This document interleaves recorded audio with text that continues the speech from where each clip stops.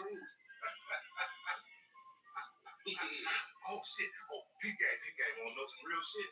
One day I'm driving down the street with Chop in the truck, right? You know this nigga said my name, nigga. On set. Man, you bullshit. I ain't bullshit, dog. You wanna know what he said? What?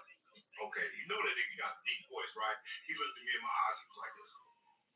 Lamar, your boy Frank is little bees eyes.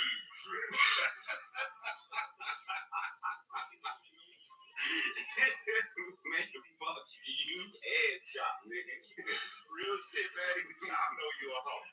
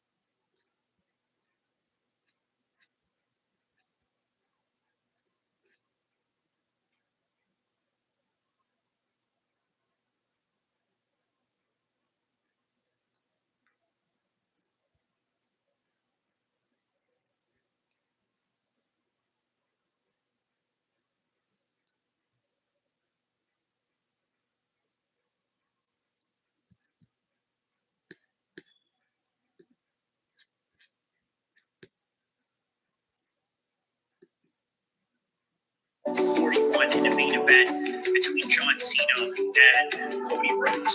Now, obviously, you're looking at this fight from face value. You think, well, as a hardcore mixed martial arts fan, you think, well, this is fake or this and that. Well, we all have that understanding of wrestling's fake. We all have that too. Though deemed dangerous, you cannot fake to any degree. So, in that end, we can technically say that they are not a competitive sport, but they are a crash test dummy type of sport where people do get hurt, and we do appreciate them for putting themselves on the line, all for our entertainment.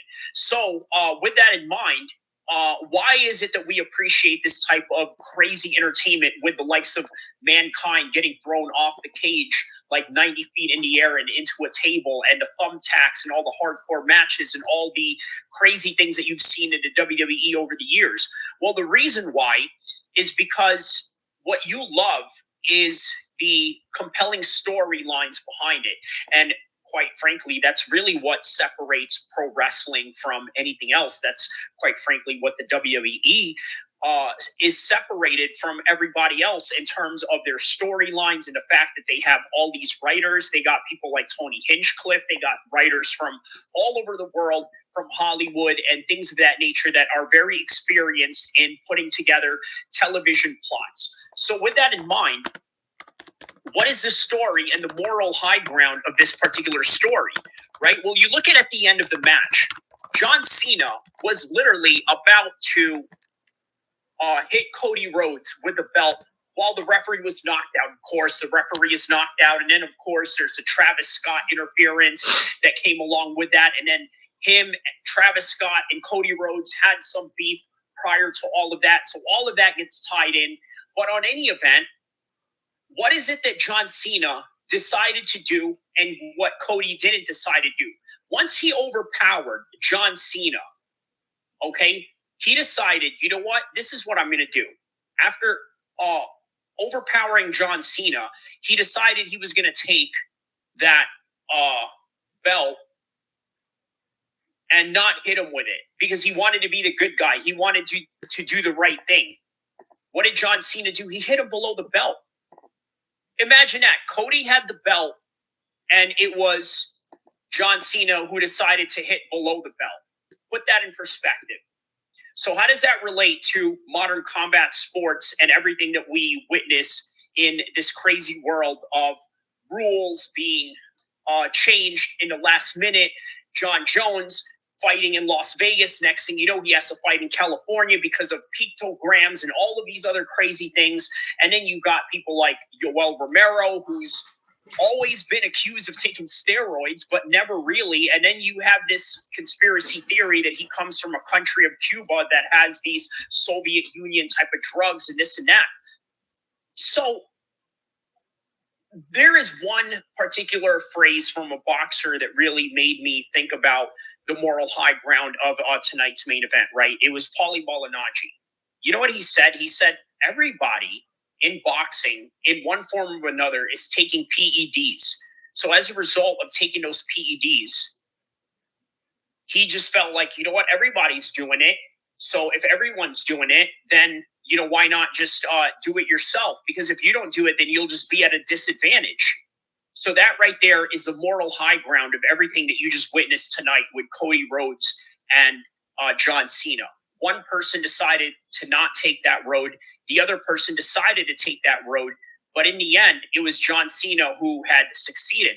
Look at Canelo for one example or the other. Now, I'm not trying to blame this guy or trying to put a jacket on him in any kind of way, but the guy was blaming Mexican beef as a result of his tests coming out dirty, right? As if there aren't any of the same people that are eating the same type of beef or whatever, but that's neither here or there. He's the face of boxing, if you really put it like that, right? So being the face of boxing, he seems to get away with a lot of things that most normal people in the sport of boxing can't get away with. For example, look at how they punish Jarrell Miller severely, right? Would they punish anyone else in that severe manner the way that they did Jarrell Miller? I don't know. But they certainly didn't do that with Canelo. They didn't do that with John Jones. They didn't do that with Conor McGregor, although Conor McGregor never really came back. But that's neither here or there. But yeah, he never came back. But they did allow him to take steroids. But guess who wasn't allowed to take steroids? Chris Weidman, who had the same similar injury when he had busted his leg up during the Uriah Hall fight. Yeah, he was not allowed to take the same remedy as Conor McGregor. So once again, there's a moral high ground that a lot of people want to take, but at the same time, there's also a double standard that comes with that, and that's just the reality of combat sports and the corruption that comes with it. And it just so happens that tonight, pro wrestling was the storyteller of that reality that goes on in combat sports. So with that in mind, please don't forget to like and subscribe, and we will continue on with the live stream for those that are in the chat and for those that are watching this in a future video. Don't forget to like and subscribe. Also, check out the full coverage of all of WrestleMania 41 and UFC 314 from the previous week and the upcoming UFC fights and boxing events that we're going to cover here. All right. See you soon. And chat, stay on the line. Neutral. Starting off the list of good. Oh, actually, he's gonna go into neutral too because this guy's he's wild as shit sometimes. But he's I'm telling you, El-Kheer, he's wild as shit. He's going into neutral for different reasons. He's fucking wild. But he's the type of guy that you would want on your side. I feel like this guy just has an immense fucking loyalty about him. He's a good fucking dude. He is loyalty over royalty, defined to the fucking max. Now we start off the good guy. Yeah, I like El-Kheer below tier. Fucking so what?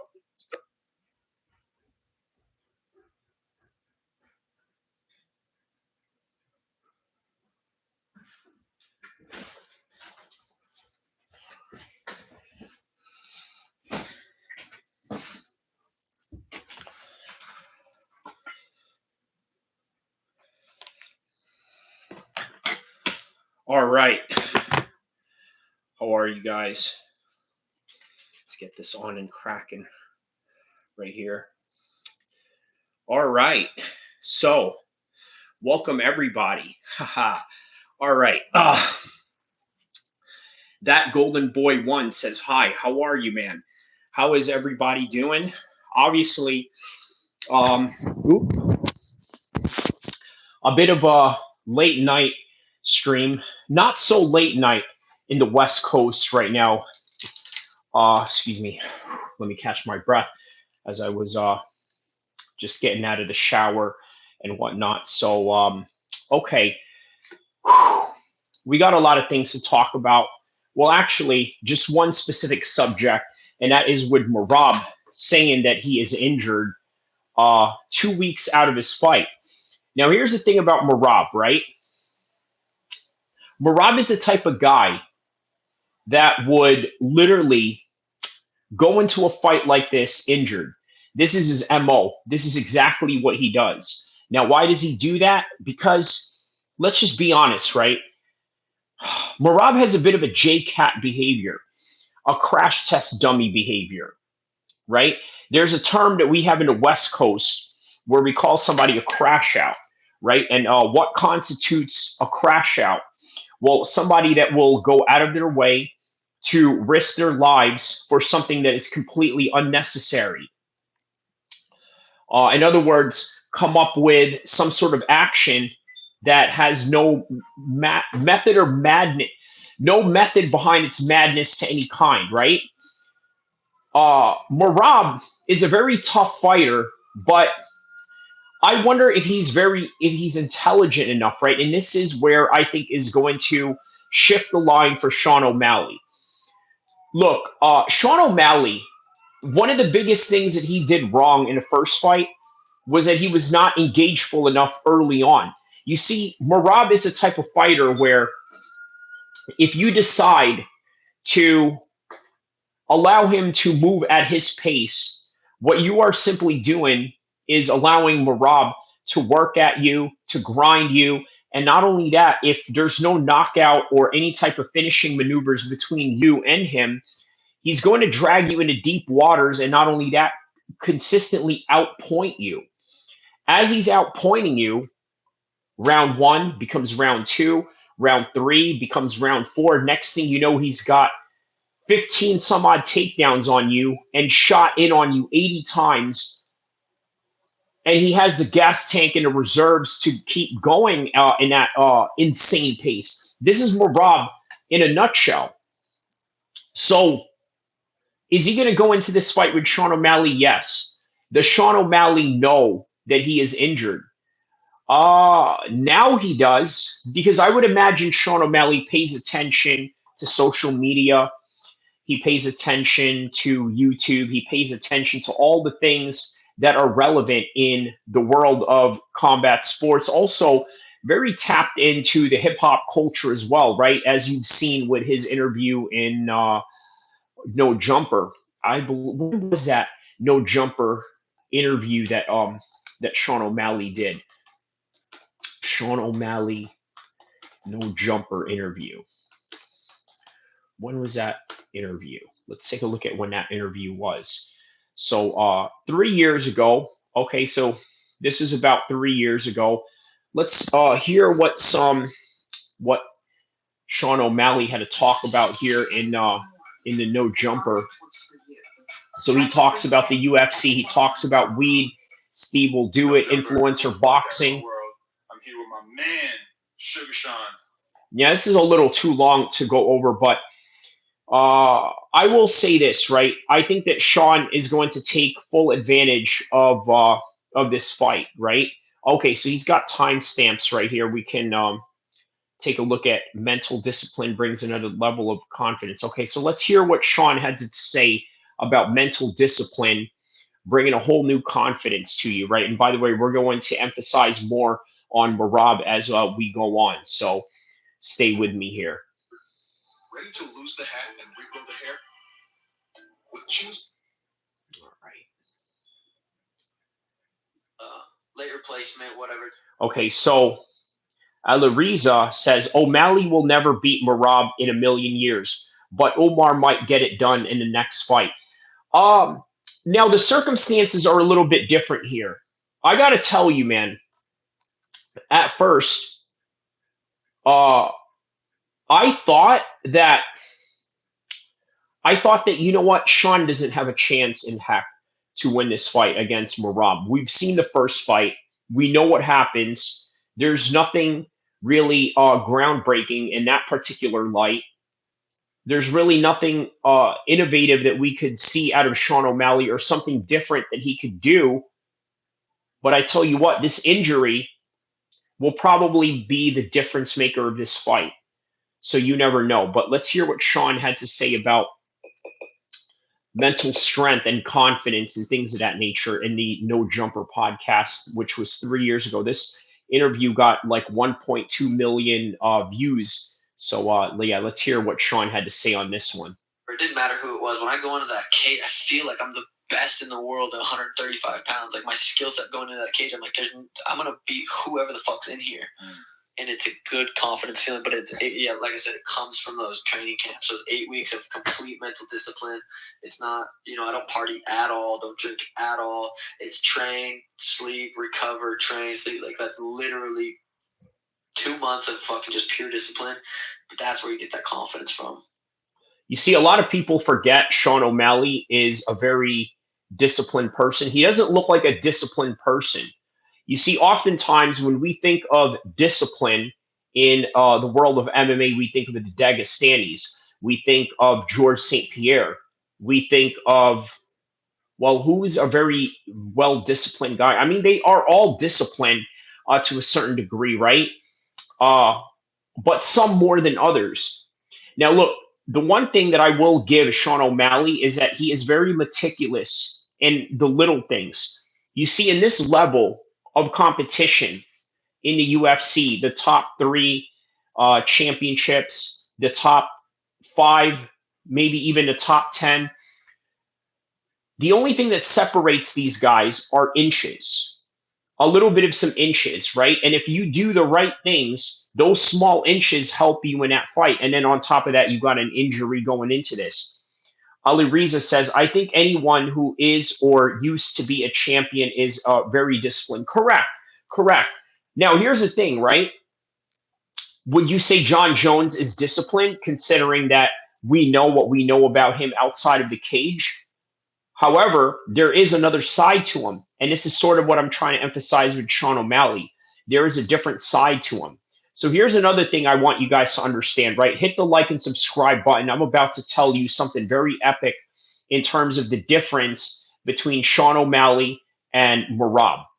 Okay, hit that like button right now. Hit the subscribe button, and I'm going to tell you exactly the biggest difference, the most epic breakdown that you will ever hear about Sean O'Malley and Merab right now. Very groundbreaking stuff that you will never hear. Give me a like button and give me a subscribe button right now, and I will tell you right now. So here it is. In order to be a fighter, a great fighter, you have to be an artist and you have to be a soldier.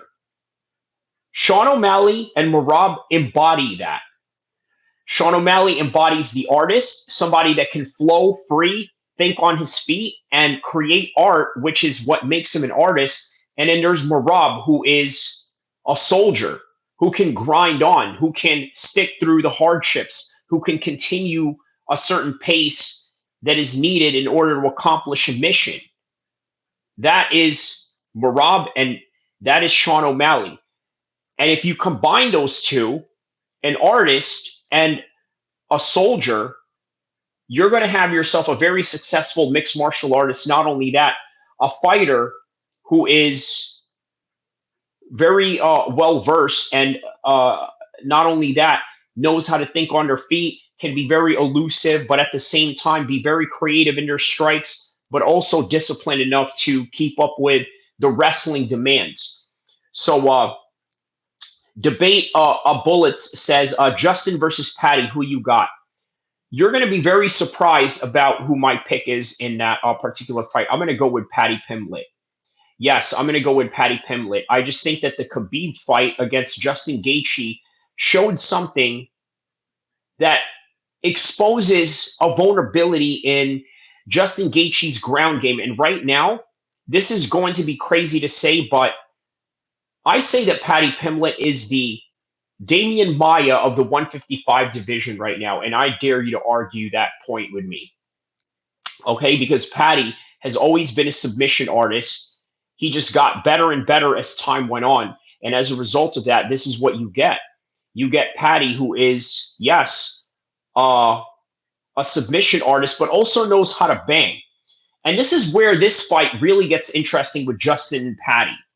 Because Patty will bang, but so will Justin, and he's the best banger of them all, right? No Diddy. But anyways, yeah, he bangs with the best of them. He will fight you Mexican style right there in the pocket, but so will Patty.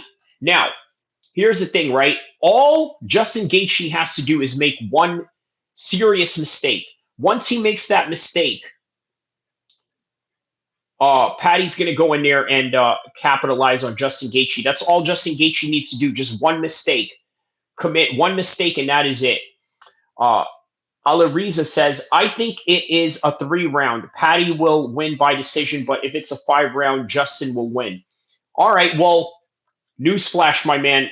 It's going to be a 5-round co-main event because it's going to headline Kamzat and Dricus du Plessis, and the co-main event of that is going to be a 5-round fight, more than likely, because they've been doing 5-round co-main events as of late. So it is not impossible that they are going to do a 5-round fight, especially with this type of magnitude. So everybody that is tapped in right now, please do not forget to hit the like button, hit the subscribe button, because we're going to get to the bottom of what is going on with the toe of Merab. Now, it could be a play. It could be just another hype, right? Or it could be just a way of trying to create vulnerabilities in the fight. Because let's be honest, man, Merab looks really unstoppable right now. The fact that he is very unstoppable, I think, really puts you in a situation where, you know what, man? I don't know if this guy can lose. So now it becomes a boring fight. It becomes a boring endeavor. Look, I'm going to tell you, man, the worst type of champions there are. Okay, it's not the champions that finish everybody. It's certainly not always the champions that go to a 5-round decision, because at some point, some fighters go to a 5-round decision.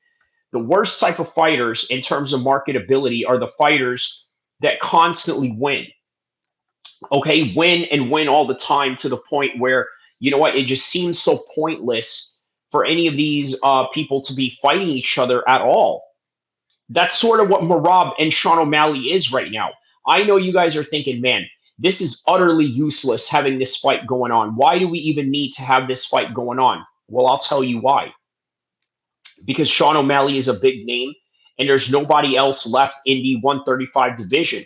Merab just lost. You got Sandhagen in the wings. By the way, here's another thing that I'm going to tell you how Sandhagen is very important in this particular matter. I'm going to need you guys to hit the like button right now and hit the subscribe button. I'm going to tell you why Corey Sandhagen is very important in this mix and what is his potential. Well, I'm just going to say it out loud, right? What is the plans of the UFC? Hit the like button right now. All the new viewers that are in right now, or if you haven't hit the like button, hit the like button right now. I'm going to tell you what Sandhagen is needed for in this particular instance, okay? So, Debatable, it says Sean is an interesting character. He is. And as such, of being an interesting character that Sean is, I think this is what helps him create all these dynamic strikings. Now, look, many people ask, well, Sean O'Malley is not really he's not really a Taekwondo guy or a kickboxing guy, but he fights like he is, and he fights like he's been training at it for a long time. What gives? Well, this is the reality of Sean O'Malley. He's very creative, okay? And being that he's an interesting character, it allows him to express that in his fighting. O'Malley trash, Merab beats him easily. Again, Drizzy Goat says, well, Drizzy Goat, not so fast. On any given circumstances, you are right. But right now we're talking about a circumstance where this man is facing a man with a toe injury. Now, here's the thing, right? There's a lot of guys out there that have won serious matchups just based on the fact that, hey, you know what? They have an injury. There's a factor involved. There's a lot of people that, you know, have claimed injuries all throughout, you know, their fights and whatnot. The Barrera and the Prince Nassim fight. By the way, a fight that I extensively went over yesterday, right after the Josh Taylor fight. You guys check out my Josh Taylor versus Escow live stream. In that same live stream, I did a breakdown for Nas's old fights, right? And he mentioned that he had a shoulder injury during the Barrera fight, and perhaps maybe that may have affected him. But then again, you never know. Drizzy Goat says it should be O'Malley versus Umar. Correct, correct. And you know what? What's funny about that is, uh, yeah, man, I wanted O'Malley to win that fight against Merab, only because I wanted Omar to have a high marquee matchup, a big name, right? That's what I wanted for Umar. But unfortunately, that didn't really play out like that. So, but unfortunately, yeah, I would have done Marab versus someone who he hasn't fought. Correct. Yeah, I would have done that too, Drizzy Goat. Now, this is why I say that Corey Sandhagen is an important part of this mix. Brad says, I don't think O'Malley did enough to prepare for Marab. No, he didn't, but this injury, my man, I think has a factor into this whole situation. Drizzy Goat says Marab is goated. He beat Omar. Oh, Smelly. Oh, man, that's a different way of going after his name. Oh, O'Malley is a walk in the park, and he doesn't deserve this shot. Brad says Omar is clumsy. Lariza says, I think Umar should fight another fight with a good contender because I don't think the next fight will go any different. Umar needs to evolve. Yeah, correct, correct. I think that after that loss, you can rest assured that Khabib is going to be on his behind, and Khabib is going to tell him, look, this is what you need to do. You need to do it this way. You need to do it that way. You need to fight in this particular matter. You need to switch it up some more. You need to do it like this. There's going to be a lot of changes that that Omar is going to do after that Merab fight. It would all depend, though, how it's going to go, how he's going to adapt to these changes. Because, look, the one thing that I noticed with Omar that was really missing was the pace. Okay. And,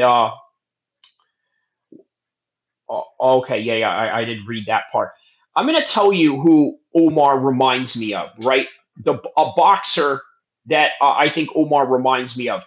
I'm going to tell you in a second right now. Let me fix something here real quick. Hold on just a second.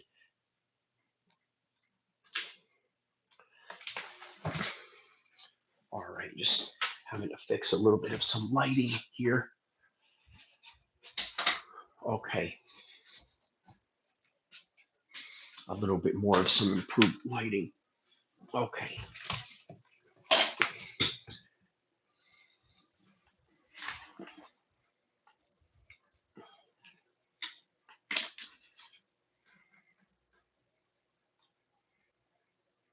All right. All right, here we go. Sorry about that. So for where my boxing head's at, okay, because I think this is going to sort of have a correlation to what I'm about to say, right? So Brad says, do you think Cowboy versus McGregor fight was fixed? No, not at all. McGregor is at the level where he's at, and Donald Cerrone was way over the hill at that point. He was already broken. So I don't think that fight was fixed at all, right? Not one bit. Like, do you think that Donald Cerrone strikes you as a type of guy that would, throw a fight in any kind of way? It doesn't seem like something he would do. But I don't know, man. Yeah, I don't think that fight was fixed at all. Drizzy Goat says Omar versus Peter Yan is the fight to make. Omar versus Peter Yan is the fight to make. I agree. You know what else is a fight to make? Sandhagen and O'Malley. So if for whatever reason Merab pulls out of this fight, guess what? Sandhagen will slip right in there, right? And he'll do exactly that. Drizzy Goat says, Brad, yup, so obvious, LOL. Cow bitch wanted a payday. That was pathetic, 100% fixed.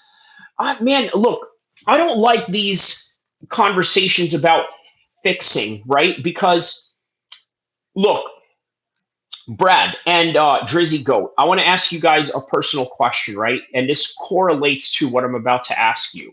Okay, do you guys train, or have you, or more than train, have you trained with well-known fighters, or just normal fighters that are out there? I'm really curious because this kind of go and this is not in any way to embarrass you guys or anything like that. It's just to sort of get a survey of your temperament. Okay. Well, but if you're not going to answer, I'll just tell you right now. Okay, if you don't train, you don't understand what it means for somebody to want to fight for their life, right? So it's going to be easy for you to look at and say things like, "Oh, well, this is fixed," or this and that. Just like 9/11 conspiracy theories, right? You think that all these 9/11 conspiracies that are going on, you think you got it all figured out until you talk to, let's say, a real life intelligence agent who's in the field, who understands terrorism, who understands the history of terrorism, and understands the implications and the motivations of certain people to commit certain things that they want to do, and also the political angle and the political context behind it. Once you start delving into those things, looking at it from an outsider's point of view, you then start to understand and think, you know what, man, maybe they are onto something. Maybe it's not in the notion that I thought it would be, right? Okay, so let's read some comments here. MMA Cooker says if Merab pulled out, then they will make O'Malley unarmed. Well, I don't understand. Oh, okay. They will make O'Malley and Umar. Okay, okay. Yes, yes, yes. Okay, I can see that. I can see that. MMA Cooker. Shout out to you, MMA Cooker. Let me know what part of the world you guys are from. Brad, let me know what part of the world you're from. Ali, Riza, let me know what part of the world you're from. Thank you all for coming in here and chatting with me, and also hit the like and subscribe button. So let's continue. All right. Brad says, or I'm sorry, Ali Riza says, I'd like to see Cheeto Vera versus Yan. That would be a good fight as well. Brad says, I don't think, but he didn't even try to grapple him or anything when he was hitting him, and he had chances to do it. Yeah, Brad, the thing is that sometimes certain situations happen in fights because the other guy imposed your will, and sometimes it's really just as simple as that when it comes to that. So Drizzy Goat says, Brad, it was fixed. This guy being delusional. I think John versus Gon was fixed also. Man, with these fixed conversations, but all right, we will entertain it to a certain degree, right? Jamal says McGregor 100% fixed. Alariza says uh, there was an interview where Cowboy said he didn't even wanted to be there. I think it was a mental thing, not a fixed fight. Correct. I think that's the most plausible answer right there, Alariza. So, shout outs to you for that comment. I think that is the most reasonable, and not just reasonable, but the most plausible answer as to, why the fight looked like the way that it did. Jamal says, looked weird compared to other fights. Well, here's the thing, guys. Here's something you got to understand. All fights are going to be different. I think the fight fixing accusation, I don't think, I'm going to be honest, man, there's no merits in that. These are some of the toughest guys in the world, and they would not lay down for anybody. Look, what Donald Cerrone got out of this fight was just regular pay. He didn't get the Conor McGregor red panty night treatment. He got the Donald Cerrone pay that he usually would get paid anyway, because he never really negotiated for it. Drizzy Goat says both fights look dodgy as F. Gone Cowboy looked like they got paid to lose, no doubt. No coincidence. They both Dana's golden gooses. Guys, I'm going to tell you something. The UFC is such a successful sporting business that no matter who the winners are, they win in the end. Now, look, do they have favorites for certain guys? Sure. Remember when McGregor fought Khabib? I remember in the press conference, Dana White had a sweater that said the Crusaders on it, right? So one of my other Muslim brothers, he asked me, he's like, hey, do you notice Dana White wearing a shirt that said the Crusaders on it? And I said, well, yeah, I mean, his son goes to a private school. That's the mascot of the high school that his son goes to. So that's the only plausible reason as to point out why Dana White had a Crusader shirt. It wasn't because Dana White sided with the Christians over the Muslims, and the practice of Christianity in the part of McGregor is a little bit more doubtful, okay, in the skeptical mind. But then uh, you look at Dana White, he's not even a Christian at all. So it's like, it's not a holy war or anything like that. And that was a conspiracy theory that my homeboy was trying to tell me, oh, yeah, Dana White is siding with the Crusaders or this and that. No, it's because his son goes to a private school in Las Vegas and their team mascot is that. So, Drizzy Goat says, Dustin KO'd McNugget. Jones ducking Tom. This ish is right in front of you. Drizzy Goat says, I'm Muslim also. Assalamu alaikum, brother. Wa alaikum salam wa rahmatullah to you, Drizzy Drake. Let me know what part of the world you are from, brother. Alariza says to Drizzy Goat, I don't think you understand how weak Guns wrestling is for a championship fight. I saw a video the other day where Gun was getting ragdolled by Imavov.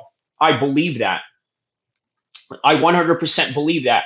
So what Alariza right here is saying, I think, is the most plausible answer to all the questions that you guys have about fight fixing. You know what? I'm going to change the details on this live stream since you guys brought up some different topics, right?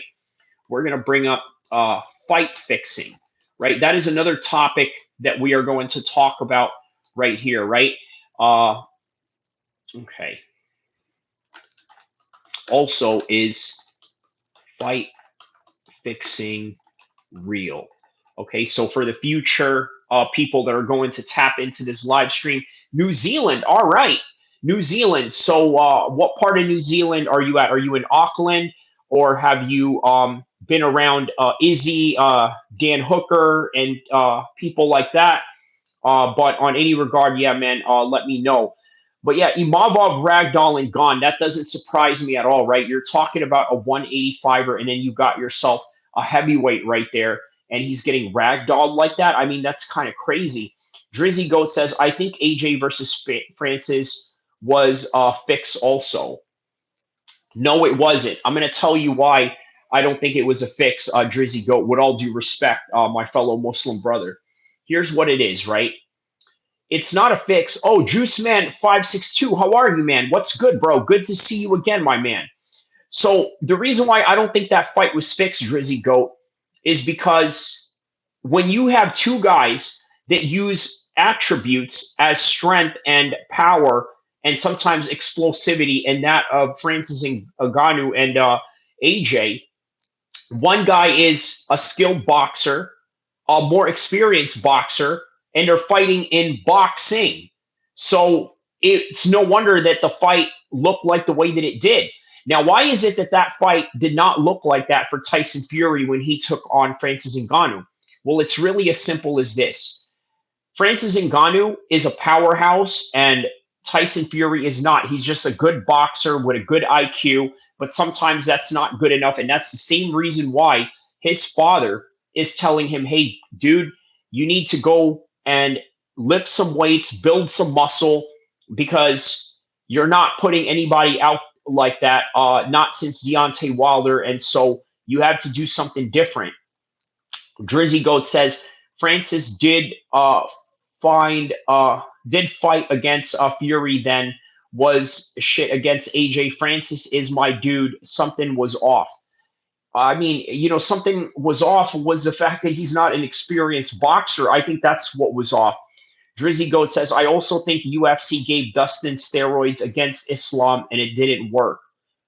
Man, that's an interesting. Why would they do that? Why would they? Let me ask you guys something.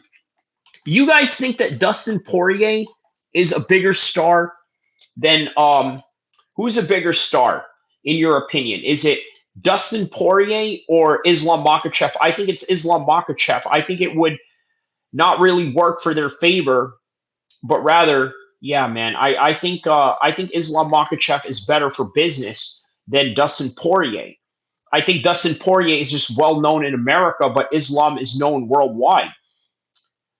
Debate a Bullet says Francis ain't a very skilled boxer. That's very true, but he sure does make money.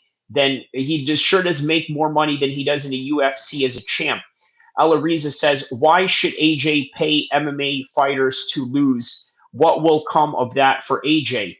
AJ ain't Jake Paul. Well, I don't think Jake Paul fixed fights either. That's another common thing that a lot of people love to say about Jake Paul is that, well, you know, he fixes fights. He's fixed this fight or this and that. And I honestly think it becomes a disrespectful thing towards somebody that I guess, you know, really tried their heart out, you know. So um, Drizzy Goat says, I also think they gave Jack PEDs against Bilal. Wow, okay. But I always said Shafkat would beat Bilal. I can see that as well. I don't think Jake Paul fights are fixed. Drizzy Goat says, yeah, that's what I'm saying, man.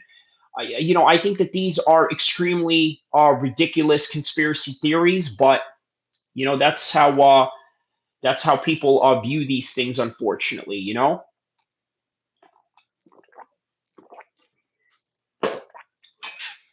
Um, yeah, I don't believe in fight fixing at all. I really don't. So not you know what? Raw Dog says some fights are fixed though. Okay, I was about to say that. James Krause. Let's take a look at James Krause right now, okay? Let's see. You guys know about the James Krause story, right? How about this Ragdoll MMA? Ragdoll MMA did a piece on him. Okay, let's react to this video in audio form. Kamzat folds DDP, subs him in one round. Who you got in that one? Yeah, I say Kamzat too. I would not be surprised if Kamzat does sleep him or submit him in the first round. Chatty is gaming. Shout out to you, bro. It's 1 a.m. Go to sleep. No, it's not. It's 10 p.m. in the West Coast right now. Wait till Jake turns 60. Well, I don't know if he'll be fighting then. I would be very surprised if he does. But if he does, it's probably going to be somebody within his age group, I would imagine. Alariza says, in boxing, yes, there might be a fix, but it's different in the UFC. A loss in the UFC will affect your career. A loss in the UFC will affect your career really badly. Okay. So let's get to the James Krause story. Okay, because you guys brought up a very interesting topic of fight fixing. So you know what? Raw Dog made a good point here as well. Raw Dog says that there are people out there who fix fights. James Krause is an example of that. Now, James Krause is a little bit of a different example. I'm going to tell you why. Because he knew that one of his fighters was injured, but he bet against his fighter that he knew was injured, which again sort of correlates to this whole story because, hey, guess who might be coming in injured against O'Malley? None other than Merab. So let's get to this. Shout out to Ragdoll MMA. James Krause case, UFC's gambling scandal 3 years later. All right, Australia fixes a lot of fights. Is that right? Are you talking about in boxing or in MMA, Raw Dog, or both? Now, let's get to this James Krause story. We're going to react to it. I'm not going to show you the video, but I will just play the audio and I will react to it and give you a play-by-play. All right, so here we go. Shout out to Ragdoll MMA. Very interesting video here. So the name of the video is James Krause Case, UFC's gambling scandal 3 years later. I'm going to show you the video just on the screen for a little bit, and then I'm just going to turn it into audio and then react to it, okay? And by the way, Raw Dog, let me know how Australia fixes fights. So, by the way, this is the title of the video. If you guys want to check it out, Raw Dog MMA. Very interesting name. Ragdoll MMA. I'm sorry. We have Raw Dog in the chat right now. It is Ragdoll MMA that we are reacting to. Okay, here we go. Ooh. UFC Fight Pass. MMA's biggest scandal from 2022, and probably from the last decade, was the suspension of MMA coach and former fighter James Krause over alleged fight fixing inside the UFC. This year, on March 25th, 2025, this story finally had a glimpse of closure. So this has been 3 years later, right? Have been really 3 years later as this went on.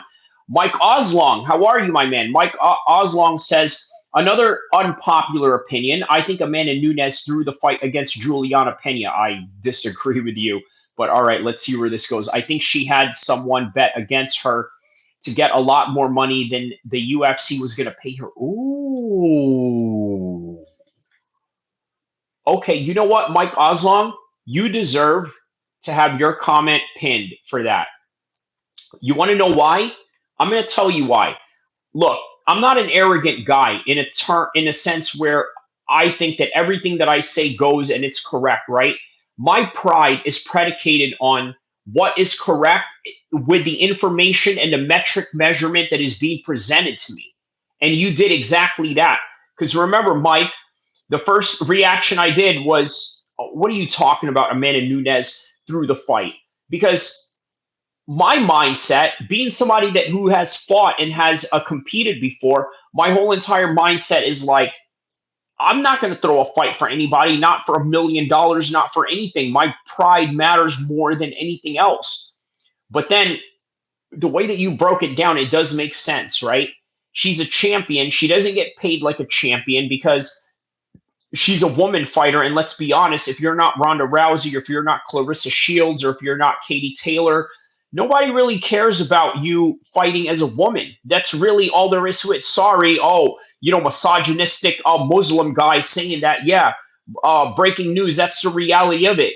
If you're a hardcore fan and you say that you care, well, guess what? That's why you're a hardcore fan. Guess what? I care about those fights too because I'm a hardcore fan. It comes part of the package. So, but nonetheless, that's the reality. So, Mike Oslong, man, that's a very good point, man.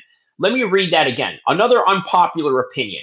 I think Amanda Nunes threw the fight against Juliana Pena. I think she had someone bet against her to get a lot more money than the UFC was going to pay her. Okay. We don't know if that's true or not. We don't have proof of that, but I'm not going to say it's plausible, but there is a motive there. If you are a detective looking for motive in a murder or a motive in a scandal like this, that's definitely, that's definitely a case that you should look at. Debatable, it says fixed UFC fights don't even seem to be possible in the top tiers, in my opinion. A lot of them just really love to fight. This is why I sort of had a little bit of a pushback with Mike Oslong's comments, but then when he broke down the pay structure and this and that, man, just a lot of that makes sense in terms of motivation. Mike Oslong says she wanted to set herself up financially, then go back and get her belt back. Yeah. Okay. So you're presenting a good case there. Okay, you're presenting a good case. I'm never going to be the type to die on a hill with something that I'm going to just say, okay, well, this is my opinion and it's final and that's that. No, not at all, man.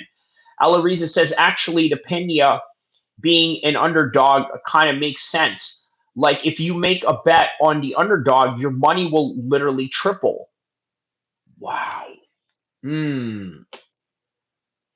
Now, was there evidence in that fight that showed Amanda Nunes was sort of holding back a little bit, right? Was she holding back a little bit? So Mike Oslong says, fixed fights are more for prize fighters to bring up their fame and status, but sometimes the start is just the good, but sometimes they have to help them out. Okay, watch both fights, huge difference.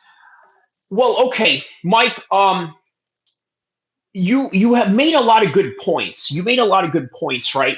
Now, the only reason why, right, again, I don't know, so I'm not going to say that, I know, I don't think you guys should, say that either, but if I think the intelligent thing to do is to say, you know what?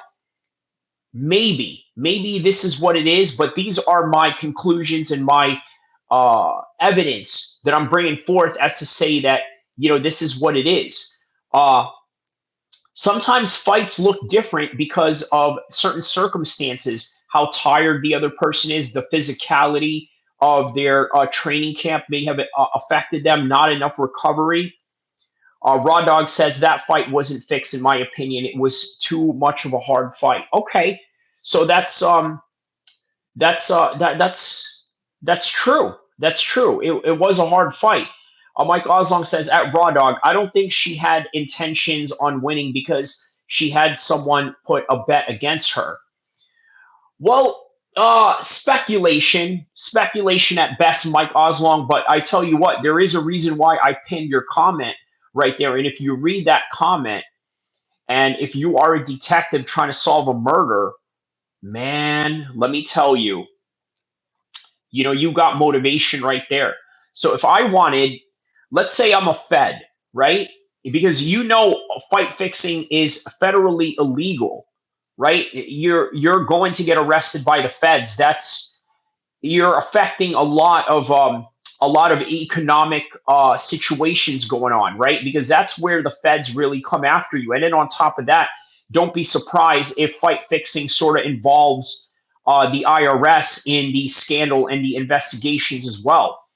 Uh, Mike Oslong says it makes sense. So, yeah, man, very good conversations you guys are bringing up here, right? Shout outs to whoever brought up the idea of fight fixing, because I mean, here we are. We're getting into a side topic right now. Our main topic tonight, which we don't have to go back to, there's really not much to it, was Merab and his toe being injured. But now we can just get into fight fixing. So speaking of which, all right, let's get to this, right? James Krause case, UFC scandal. Again, let me show you the video so you guys know what we are reacting to right now. When UFC vets and Glory MMA teammates Jeff Molina and Derek. Mike Oslong says, and fighters have a history of having other people bet on fights for them. Correct. Floyd has done that. I forgot which podcast I heard it from, but it was coming from a fighter. Yeah. That makes a lot of sense, Mike Oslong, for sure. That definitely makes. I know Floyd for sure. He gets other people to bet for him. That is a known fact. So, shout out to you for the good points you're making, my man. Handed their punishment after 29 months, while there's still no verdict on James Krause's future. So, was this a giant fight-fixing scheme getting busted, or just an overall nothing burger? I do pretty well. I make more money gambling on MMA than I do anything else. See, it was that interview right there with Ariel Helwani that did that in right there. Let's recap a bit. While a good fighter and a great coach at Glory MMA, James Krause proved to be an outstanding MMA bettor.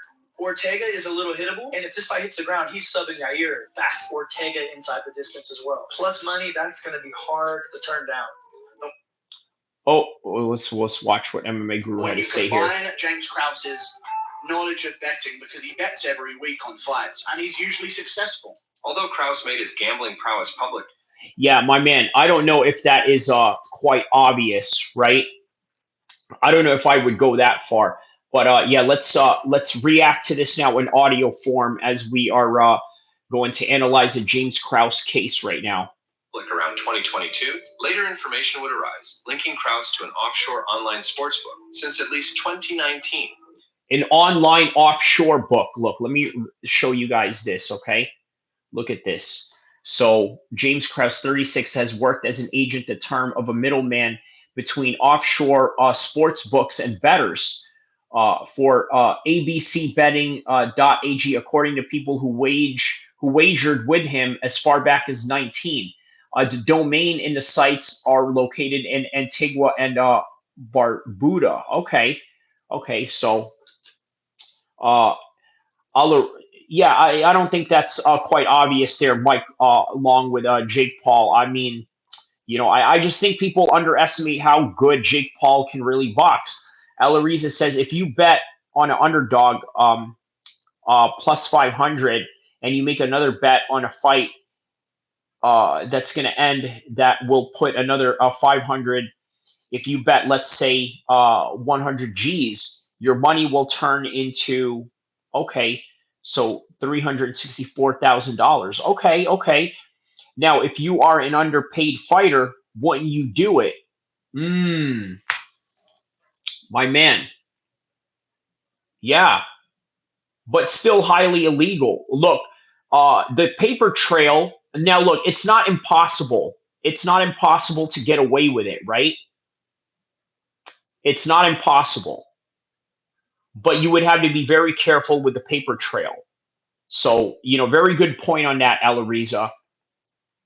He's been a fixture on shows such as the UFC Pros Pick Show, the Anik and Florian podcast, ESPN's Best Bets, and also on UFC Fight Pass, sharing his analysis and picks before creating his own platform.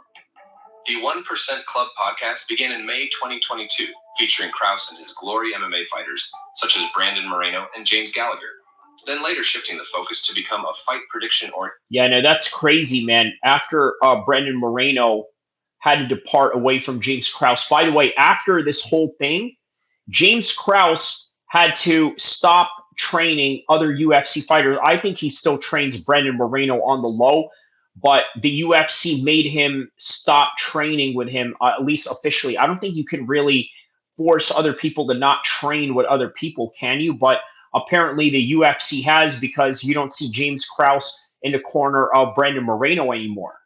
Oriented show. It's about value. Like, if we're talking about, if Vegas is telling me, Mike Oslong says, do you ever watch reruns of The Ultimate Fighter? Sometimes. I did one time try to go on a, UFC tough marathon just to watch it consecutively. But yeah, I've but what about it? Let me know what the context is behind that question, Mike. he's a 4-1 favorite to win, but I can get him at a 1.5 favorite to win by how he normally does, but by decision. That makes a little bit more sense. Krause's predictions became his bread and butter, enabling him to launch his own private Discord and charge a monthly $50 fee for access to his picks firsthand. Betting Discord. Look, I think there is a huge conflict of interest with what James Krause does, right? Now, look, the problem with James Krause is that he's trying to be MMA guru and Mike Winklejohn at the same time. What's his name? Greg Jackson and Mike Winklejohn, right? So he's trying to be a coach and then he's trying to be an MMA streamer at the same time. Streamer in a sense where, he's teaching people how to make bets with parlays and whatnot. Obviously, I'm an MMA streamer, but I don't go at, MMA in that particular direction, right? I go with the storylines, I go with the techniques, I go with the kicks and punches, and then I go with the fitness angle of MMA, because you obviously see me do live training sessions here in my live stream. So I do have a different type of format, but there's a lot of MMA content creators out there where their format is based on betting, and James Krause was doing that while coaching at the same time, and there was a huge conflict of interest right off the bat that already came out of that. I just started, I think, like a week ago. We do like betting, crypto, real estate. I think we have over 400 some members, and of course, you got to have crypto in that mix, right? Crypto and real estate and whatnot. Jamal says, "Hey, Mike's here. He's the man." Mike, okay. Okay, you know Mike. Okay, you the man too. Shout out to you, Jamal. Thank you, my man. Shout out to Jamal. You are the man. You are the man, Jamal. Mike is the man, and you say that I'm the man as well. We're all the men, and we're all men, and we are all here. Gang Stalker says, Big Jeff. All right, Big Jeff. Who's Big Jeff? You know somebody here that's named Jeff? Or Jamal says, I love the MMA community. Me too, man. Me too. We got a great MMA community with us, man. So, shout outs to everybody on that, in a week, and I'm just giving out my betting picks and other crypto. I have a crypto play that I gave out that's up like 93% or something in a week. The project quickly grew, amassing 2,000 members in just under 3 months. To put into perspective, if every Discord member theoretically paid the flat $50 fee, Krause would be earning around $100,000 a month from this endeavor. They offered me $3,000 for my minor accident. This Harvard AI calculator showed me it was. Keep this in mind. On August 1st, 2022, so just 3 months after. Billy says, I agree. Even some casuals are all right. Yeah, man. Yeah, MMA, let me tell you guys, MMA is the most positive community out of all genres, right? And you would think it's probably the most violent one. Bro, I also cover gangster stuff too, right? Like California gang politics and this and that. I mean, that also is attached with, the prison genre. You should see the people in that side of the world, right? I mean, those people are highly, highly negative, and you would think like, well, okay. I mean, MMA is more of a martial arts. I mean, that world of gangsterism and all of that, it's violence and this and that. So there's, I don't know, man. Yeah, MMA is a really chill community nonetheless, but everyone is cool for the most part. Yeah, man, that's my experience that I've sort of gathered as well, right? Not just in the gyms with actual MMA culture, but also the online MMA culture as well. Jameson, he says, this came up on my shorts. I love MMA. What's up, everyone? All right, man. Shout out to you, Jameson. Let me know what part of the world you guys are from. I am right now currently in Sacramento, California, USA. And much love to everybody around the world because we are talking about fight fixing right now as we speak. After the first episode of the 1% Club, Krause made his now infamous appearance at the MMA Hour with Ariel Helwani, being overwhelmingly open about his gambling strides. Oh, I bet every single card, just about every fight. Really? All right, Texas, man. We got Texas in the house. We got, well, let me know where the rest of you guys are at as well. Everybody that's in here. Yeah. Detroit, we got Jamal from Detroit. All right, so we got some Detroit, Texas, and then we got a few international people here as well. New Zealand. Los Angeles, shout out to Billy, man. Okay, my fellow Californian. Raw Dog says, a lot of injuries in MMA gyms from teammates. For sure, man. I mean, MMA is highly susceptible to injuries, I think, more than boxing, I would say, right?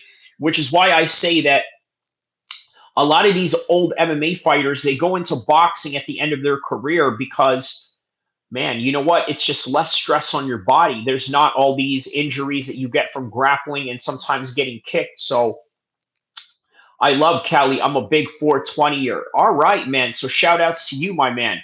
Yeah, I love. Yeah, well, all right. Yeah, I got you, my man. Yeah. Absolutely. I have a Discord, like 2,000 members in it. We crushed it last week. We destroyed it.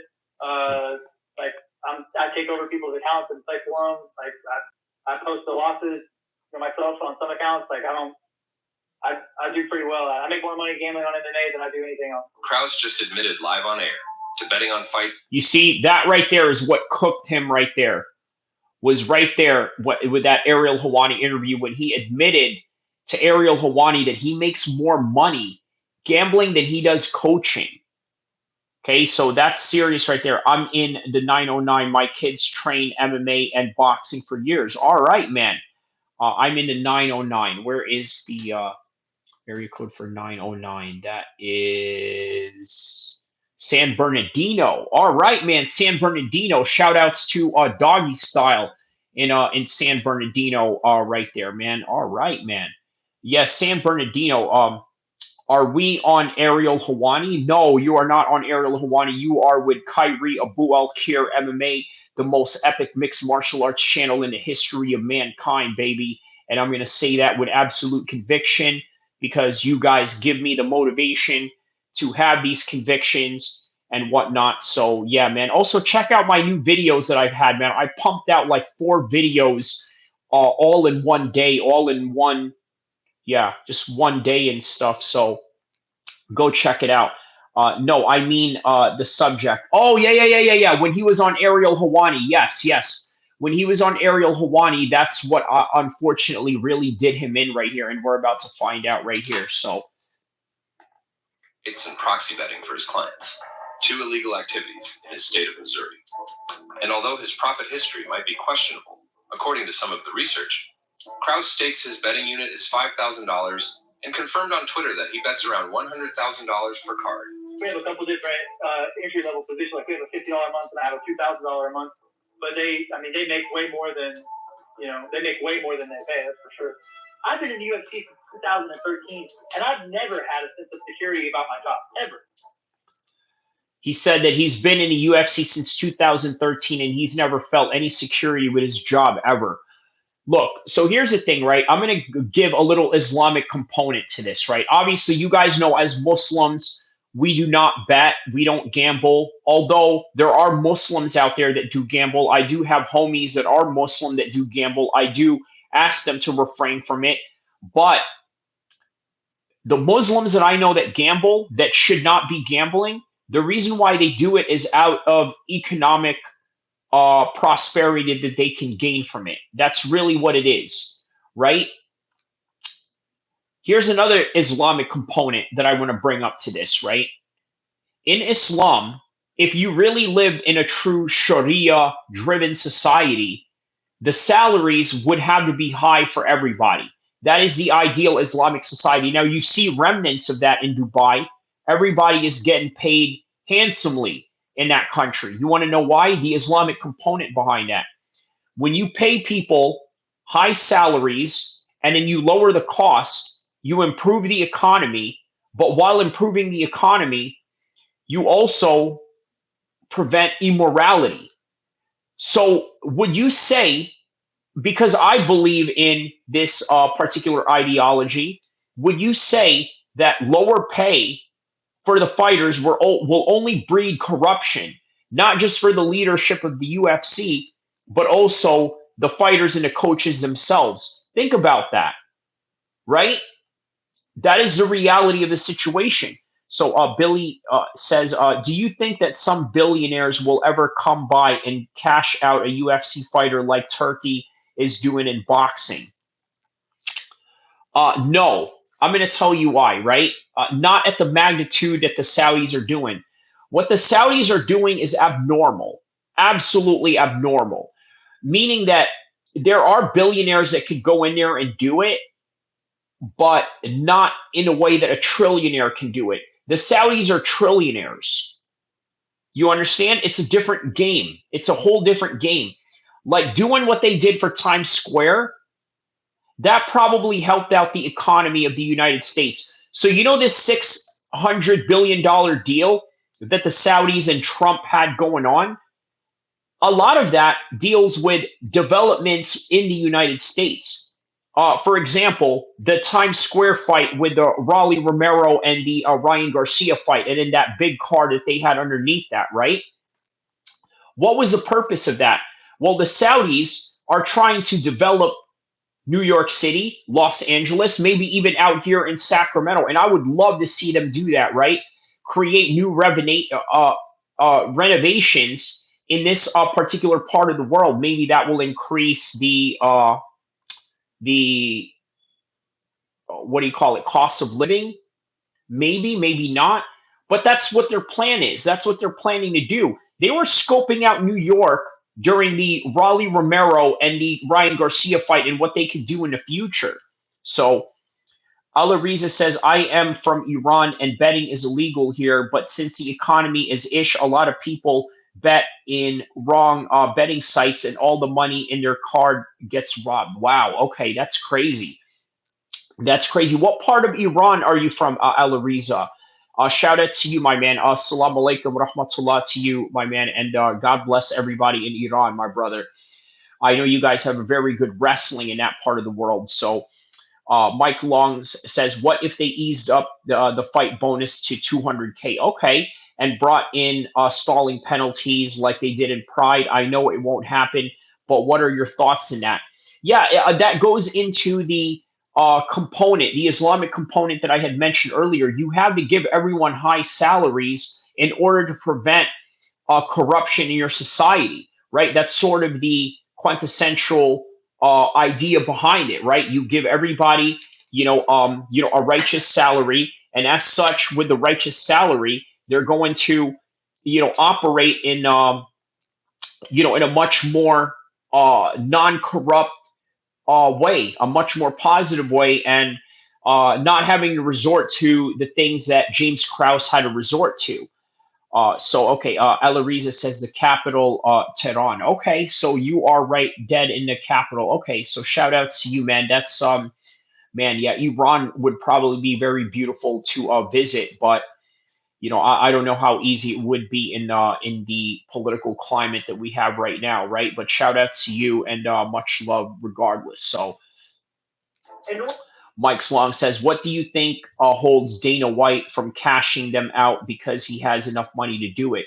It's the quintessential practice of capitalism. And I'm not against capitalism in any way, but there's this capitalism, this extreme side of capitalism where everything has to be exponential growth every time, right? And I think when you are motivated by constant exponential growth, I think there's something unnatural that happens in the economy. You see, in a natural economy, in an economy where it is healthy and where it is thriving, right? There is always an up and a down, right? There are times where you're going to be up and there are times where you're going to be down, but there's people out there that manipulate the market to keep it up for themselves, but in turn, it just damages everyone in the long run. So, or should any of these other aspects? Like, you have to understand that everybody there is an expendable asset. Like, everybody there. The UFC doesn't need anybody to make that work for them. They don't. They have a media machine behind them that they can make anybody the next star. You see it every week. They make the new thing the next star, and that's great for them. They have created that. They have earned the right to do that. But I'm not going to count on somebody else paying me more to make sure my kids are taken care of. I'm not going to do it. I'm going to take matters in my own hands. I'm going to take responsibility for it. And I'm going to make sure they're set myself. see, there it is. He's saying that he's willing to just, take matters into his own hands.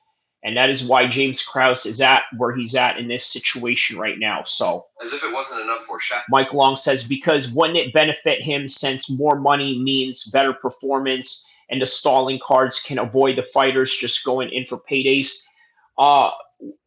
Now, would it benefit him if more money means better performances? The better performances aren't necessarily going to guarantee a big pay-per-view sellout in any kind of way, right? It doesn't always guarantee that. So they're going to play the safe route by budgeting. And here's another thing too, right? The UFC machine, the money that they make, yes, it doesn't go, a lot of it doesn't go to the fighters, but it goes a lot into their budget in order to build this organization that has become a monopoly, that has become the symbol of the sport, that has become synonymous with the sport, right? Like when you think of the NBA, when you think of basketball, you think of the NBA, when there's 20 other leagues in the world. When you think of hockey, you think of NHL, when there's other hockey leagues around the world in Canada and other places that play hockey. But you know what I mean, right? This is what they do. They take all the money from these events and they make their company even more powerful. So, both you and Mike make very good points. Jamal says, "Thank you, my man. Thank you. That's what we're trying to do. We're just here trying to engage in these thoughts, in these opinions, and perhaps some information that we have that can vary. And that's what it is. It is a place of learning, right? Learning about the ins and outs of MMA in this particular matter, and in particular, a world that I'm not very familiar with, which is gambling. But I am familiar with MMA, and I know that gambling is a part of MMA. So, in a way, I have to learn it in order to be able to talk about it now and in the future as well. So, Batowing. Krause's brash and confident demeanor quickly shifted when Ariel asked about betting on his own fighters. It's not even close. Not even close. And just curious, like the Moreno fight, like fights that you're involved in, will you bet on those too? Yeah. Wow, that's okay, right there. That right there was a Tekashi 6ix9ine moment for James Krause, in which he literally snitched on himself right now. You see Ariel Helwani, he asked him, whoa, what do you think? You're going to bet on Moreno too as well? And then there's James Krause kind of reluctant in answering it, like, yeah, sure, why not? Man, that was bad, bro. Did you bet on Brandon? Of course. He was a big favorite, though. He said, of course. He's like, of course I bet on Brandon. Like, he said that with a straight face and all. 2-1. No, it's not. Oh, you went, okay. Well, what did he close at? 205. Okay. Minus 205. It's important to note that At the time of his appearance, there was no written rule on the UFC's athlete code of conduct that prohibited fighters from betting in MMA fights. Okay, so back then there was no rule that prevented MMA fighters from betting on MMA fights. Came a month after this interview, on October 17th, when the UFC updated its... All right, Honest Abe, shout outs to you. Billy says he agrees with Jamal. Honest Abe says, I just got back from the underground boxing.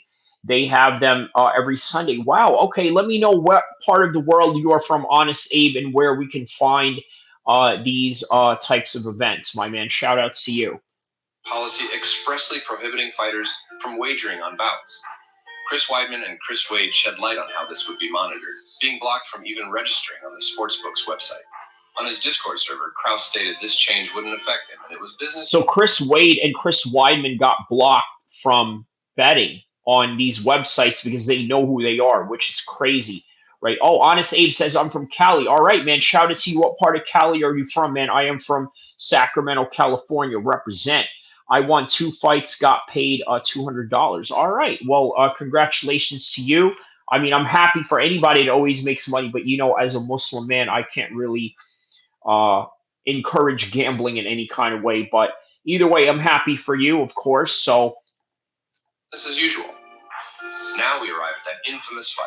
Oh, Modesto. Okay, so you're a Northern Cal guy. All right, so you're not that far from me. Shout out to you, my man. On November 5th, 2022, we had Fight Night Rodriguez versus Lemos, where Derek Minner, cornered and coached by James Krause, faced Shailen Nurdanbika on the main card at a soulless UFC. Shout outs. Leading up to the fight, there was allegedly a significant shift in betting lines, with a surge of bets favoring Nurdanbika by finish. If you just look at that graphic. So I'm going to tell you what happened here, what got James caught up with the FBI, right? He bet against his fighter. The bet just jumped, right? Exponentially. What's up, everyone? Everybody say what's up to Honest Abe right here. You know, Honest Abe has a very similar, beard as your boy. So, of course, show him some love and respect, yeah? So, yeah, the betting, the odds changed straight away right after James Krause had made that bet, because obviously James Krause probably went on his discourse, told everyone was notified by this change, and then they were like, you know what, this is a way to make money. Okay, let's get on with it. Next thing you know, the feds come and they hit him up. Billy says, yo, Abe, nice KO. Haha, all right. So it's Nurdanbika is hanging around minus 200 all week, and then it just falls off a cliff leading up to the fight. As you can see the dates, it falls off a cliff. Same thing with Derek Minner. His line at the very end just skyrockets as we're going into it. And then, obviously, lastly, like literally in the last minute, right before the fight, those odds just jumped up. So one of the most suspicious one is Nurdanbika, the win by KO, TKO, just plummets as the fight is coming. A guy that had 0 UFC finishes prior to this. Unbeknownst to the public at the time, Minner had sustained a serious knee injury prior to the bout. So James Krause's fighter had a knee injury, and he knew that going into the fight. Ella Riza says the more negativity, the more negative the betting odds, it means more people put money on that guy. Okay. Disclose it to the Nevada Athletic Commission, opting to go on with the fight. I'm walking in with a bum knee. How many times in my career, mind you, that was my 40th professional fight and my 60th fight overall, have I walked into a fight not being okay or having bum something, you know what I mean? Like, curiously, Minner threw 2 out-of-character hard body kicks with his injured leg, collapsing on the canvas and being an easy prey to Nurdanbika, leading to the unsurprising first-round TKO finish that gamblers were precisely betting on. Minner later addressed the uncharacteristic body. So people were very shocked of, okay, so this is where a lot of your fight-fixing accusations sort of come in, right? Like the unusuality of this, right? And the feds caught on to this, the unusuality of the first round knockout, the fact that it was a very small fight, it was a fight that was in a small card to begin with, and they were on the lower tier of the prelims of that card, and yet it made all of these, jumps in the betting lines. So Mike Oslong says, hey guys, let's let him let's get him to 10 likes. All right, man. Shout out to Mike Long for helping me with that right there, man. Shout out to you, my man. Very, very well appreciated for that. And yeah, man, shout out to Mike Long. Listen to him, man. Get me to 10 likes if you can. All right, there's a like right there. Thank you, my man. All right, let's continue on with this video and react to it. Body kick as part of his and Krause's game plan. 9 likes. All right. Shout out to Billy. Well, go watch his fight with Steven Garcia, the next fight that he has, and tell me what he gets hit by and what he gets dropped by. And you'll see the reason that I threw a switch kick to the body is because his next fight, he gets dropped and finished with the switch kick to the body. And yeah, how crazy is that? But speculations of a dive or a fix were already running wild, both on Twitter and on Krause's Discord server. A month later, U.S. Integrity, a U.S.-based betting integrity firm, begins an investigation into the fight on November 6th, with the UFC also launching an investigation. Wow, man. So they launched an investigation straight away. November 7th, UFC announces through review in this situation prompted by the U.S. Integrity investigation. UFC announces that it will conduct a thorough review into suspicious betting activities surrounding the Nuremberg win over Minner.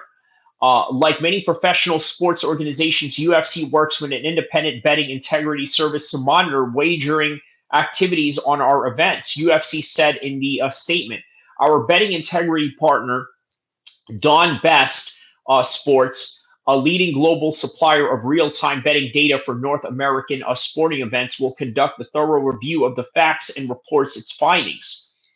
And it says here in highlighting letters, at this time, we have no reason to believe either of the athletes involved in the bout or anyone associated with their teams behaved in any unethical or irresponsible manner. And that was at 2022.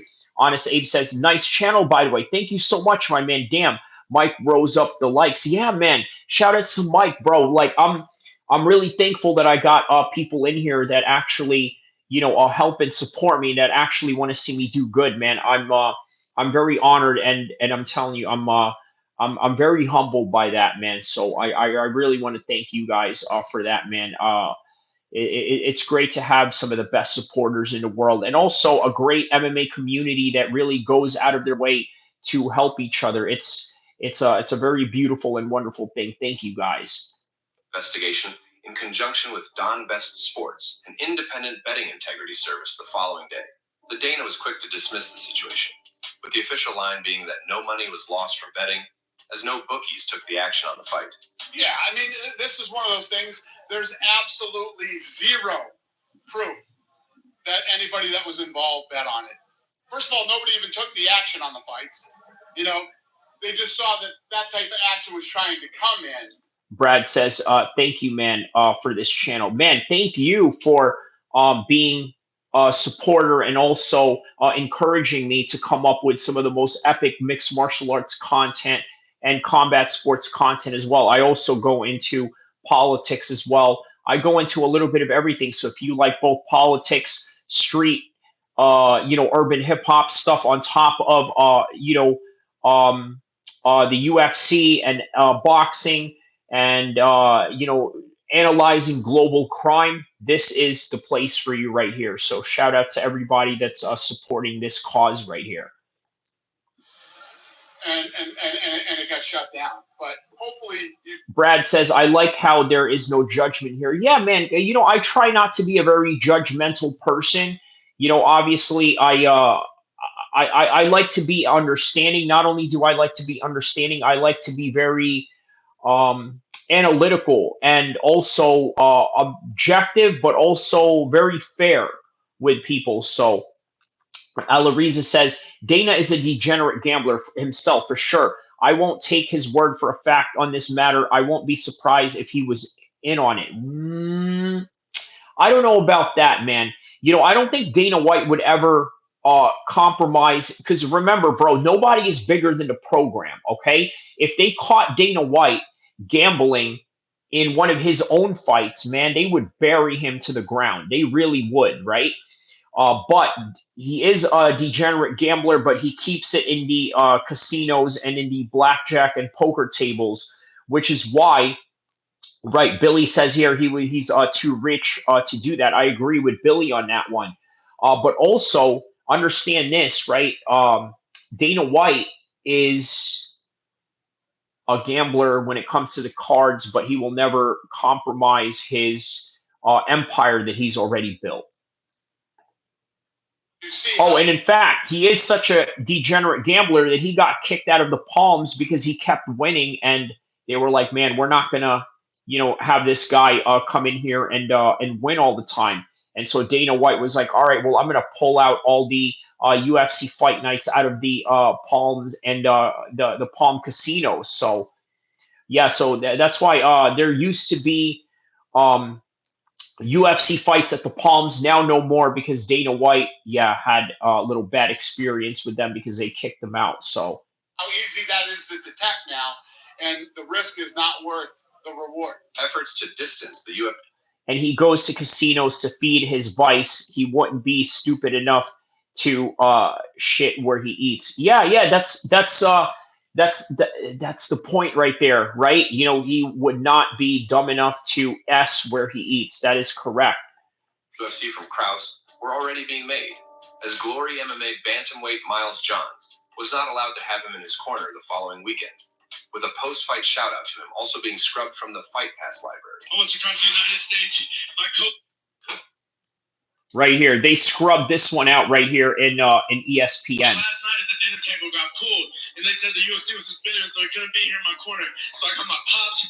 Almost across the United States, so I got my pops. I got my two brothers with. Notice anything different? First off, what happened to your coach? I mean, you said he was suspended. We don't know anything about that. What happened? Yeah, I'm not really sure of the details about what exactly happened. They just called him last night and said that he was unable to corner me today. So I'm sure you guys will be finding out what's going on soon enough, as will I. But the sonic boom from this bombshell being dropped was already being felt in the MMA landscape. The New Jersey Athletic Commission banned sportsbooks from taking bets on fights where James Krause is involved in. Ontario, the biggest province in Canada, banned UFC betting altogether, with the Alberta game. Wow, so the Alberta section of Canada banned UFC betting altogether, which is crazy. How much do you think Bisping got paid for the fight where he lost his eye? Maybe not that much. Not as much as how he got paid with the GSP fight, and then 2 weeks later he ends his career against Kelvin Gastelum because he gets called in to fight in China. But yeah, he definitely got paid way more in those two losses that he had at the end of his championship run than the fight that he had against Vitor, Jamal. Gambling Commission following suit.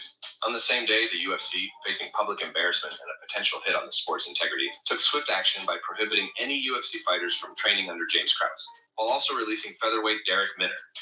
The following day, Glory MMA's flyweight Jeff Molina pulled out of his scheduled fight against Jimmy Flick.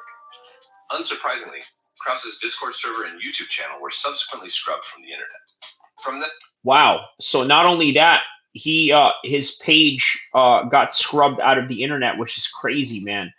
Alariza says it was against Belfort, and I think it was a mistake of UFC allowing him to use PEDs for sure. I think they still use PEDs now, but they find new and innovative ways to get around this system. So then on, speculations ran wild on the YouTube content farm. Yeah, real cool. Not cool for James Krause, though. I can tell you that much. What do you mean, man? What's wrong with James Krause? I actually hit him up before the fights last night and threw 10,000 on him. He gave me 100% picks. Right. Yeah. I know you need the money. We can, we can quadruple what you're gonna make if you just go in there. You're going to get injured. It's not even really like a loss. And we can make out like bandits. And they leaked it to the whales. And then the whales changed the line. And he got popped. They've gone in and confiscated his iPads, his computers, his cell phone. All of it. Oh, wow. They confiscated everything from him with this Fed raid right here. Brad says, what are your thoughts on the fight? What are your thoughts on the fight? Okay. What are your thoughts on fight? Let's that get gifted a title shot because of the views they bring in. Okay, so what are my thoughts on guys that are getting title shots because of the views that they bring in? I say to that, UFC is a competitive architecture, right? Very similar to the Olympics, but unlike the Olympics, it is also an entertainment sport. So they are trying to draw the line between competitive integrity and competitive architecture, mixing it with entertainment. So if you see them make certain fights or make certain matchups that may not make sense, but sometimes also make matchups that do make sense, that only falls in line with everything I just said right now. They are a perceived competitive architecture, but also on the low, they know that they are entertainment and trying to bring as much revenue as possible.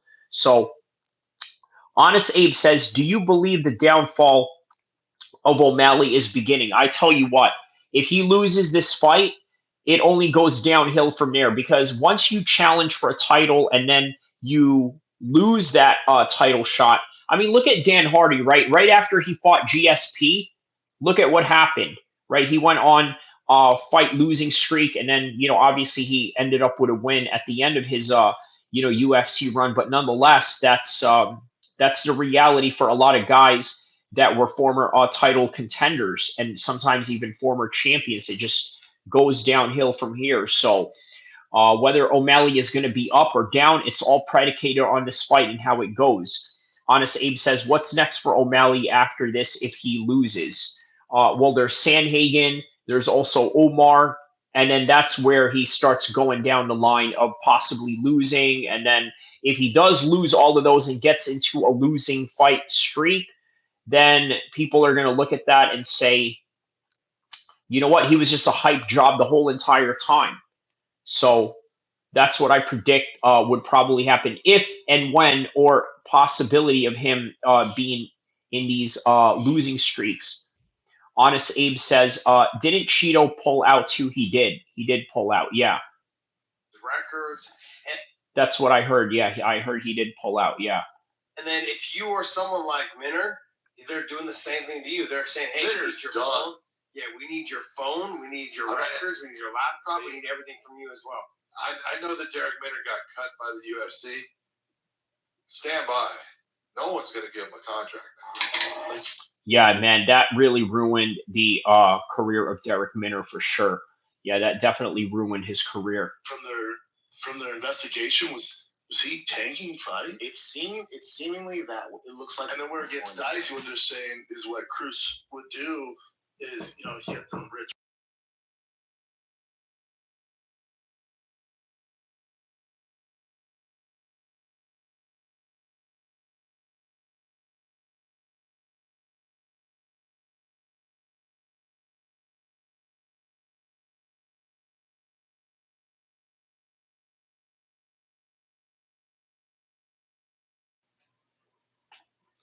And how huge of a fucking it just came in out of nowhere, the betting, right?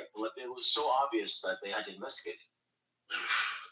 The fucking idiots like Jesse on Fire claiming that the FBI is arresting everybody in his raids while he's ripping bongs and not able to keep a job. Did any of that bother you when all that was going down?